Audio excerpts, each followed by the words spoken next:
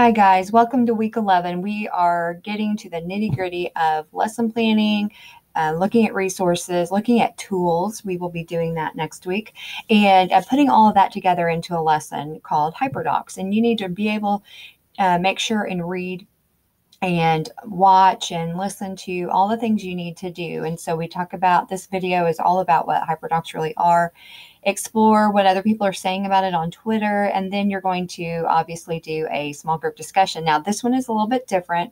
You will do one post that's due on the normal day, Tuesday, and you'll talk about the resources up here, about just what they are and what people are creating and all of that good stuff. Then later on in the week, which is due by Friday, you will add another post to your small group discussion. You can just do an additional post in your group that in the group number 7, or small group discussion board number 7, sorry.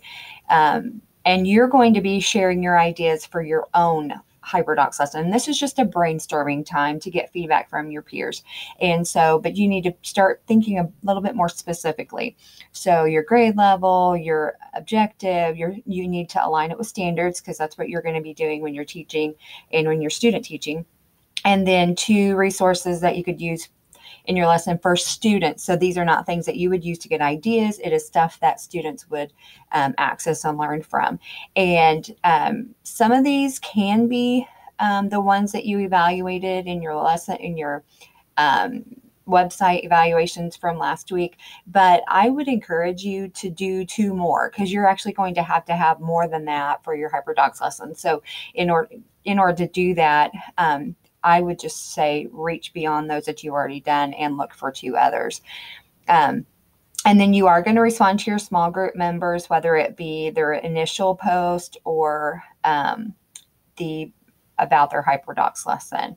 But you will need to do the Hyperdocs post and responses all by Friday midnight. So just think about that.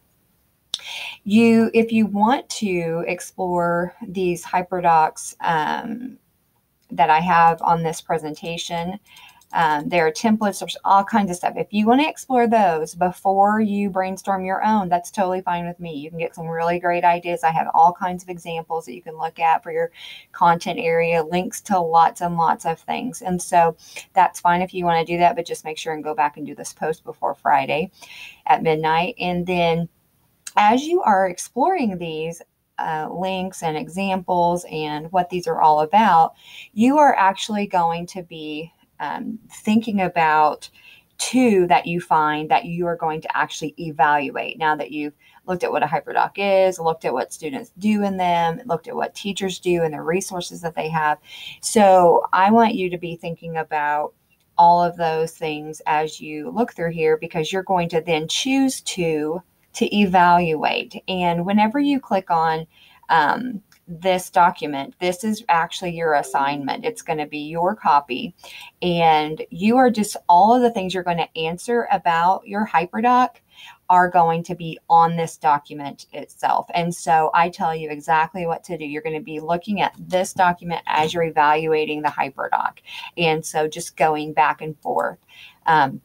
And then that really is your assignment that's due by Sunday midnight. And that is the only big assignment that you have this week. But I do encourage you to